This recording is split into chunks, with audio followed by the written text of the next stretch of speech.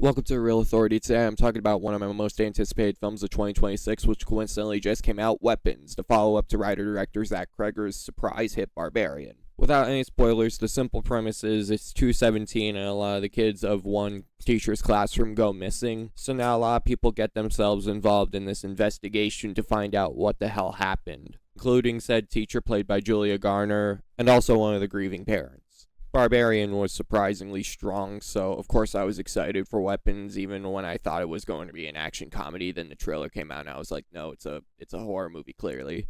And I was actually really impressed with the team's previous effort earlier this year, not directed by Cregger, but Drew Hancock Companion. That is still one of my favorite films of the year and truly the first great film of the year. So, of course, I was going to go into Weapons with high expectations. I avoided all the trailers except the teaser trailer because, let's be real here, Companion was completely ruined by its trailer. Well, not completely, because it still had a lot of surprises up its sleeve, but the main surprise that I know it gets revealed in the first 5 minutes, but I feel it would have been better if that was saved for the movie, in all honesty. So, of course, I avoided all costs the trailers. So yeah, I went into this with the simple premise I mentioned and what the teaser trailer provided, so I didn't have any expectations aside from high expectations considering what to know about this. And I wanted to avoid them because I wanted to see how this plot unraveled. The mystery is incredible, so I kind of expected this to be a fantastic movie, not only because of the team involved, but because of the premise again. I don't know, I just felt like it could have been something special, and after seeing it, it is really, really good.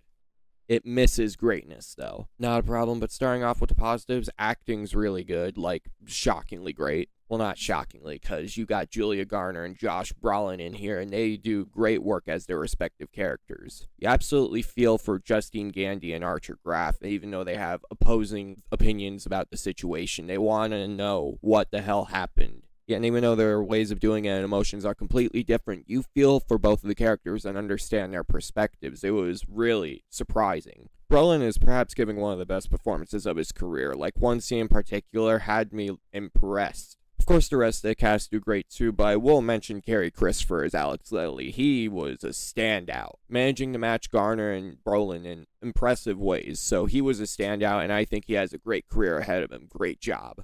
For Cregger, the directing and screenplay are, of course, great. If Barbarian showed you anything, is that Cregger understands how to make horror work. But he also does a blend of mystery and intrigue because of the premise, so I felt like he did take the mystery seriously enough, but also the horror, even though it's not the main focus, it's still a horror movie at the end of the day, but I felt like that blend of mystery, horror, suspense, it really did work.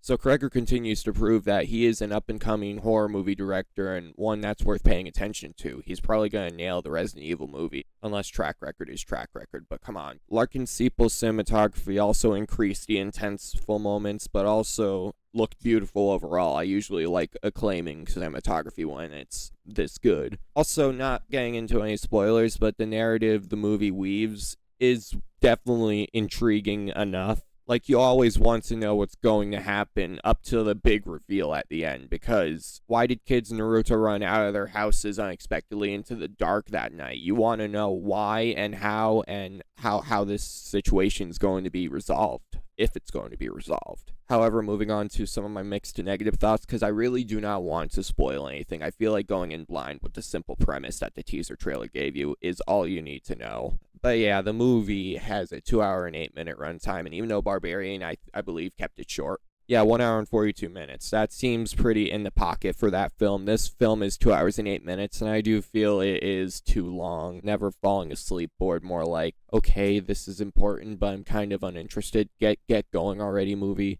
Like, it's never dull, but yeah, I did feel the tedium, which really does suck because I felt like Barbarian had a pretty slick pace that never waned, which almost makes me feel like this should have came out in 2026 in order for the team to double check what they could have cut.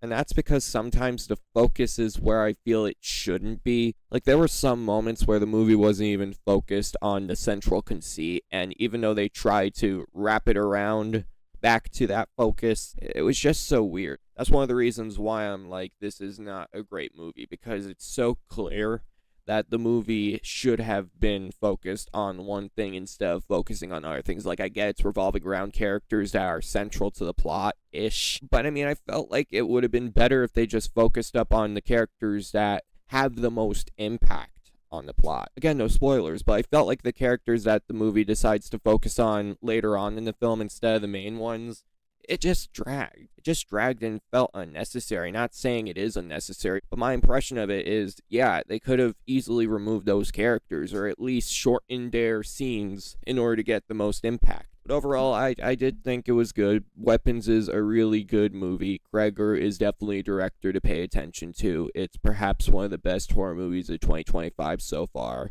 But in comparison to expectations, it did disappoint a bit, and out of the team's work, Companion remains my favorite. But this movie still leaves me interested in seeing what the team does next, because this movie proves their talents and capabilities, even if it is an imperfect experience. But it is a horror experience that remains worth going on because the talent gives everything for this material and this movie. And the premise is so good that it cannot fall completely flat. Of course, the real authority is still going to prove at the end of the day 9 out of 10. But I unfortunately can only give it a 9 because I did find a few issues with it. It's kind of like the Mission Impossible The Final Reckoning of horror movies, where I was like fixated that it would be a 10 out of 10 incredible experience, that I was not open to any sort of disappointment. It's still mostly great and worth watching in theaters, of course. I'm just giving you my personal opinion.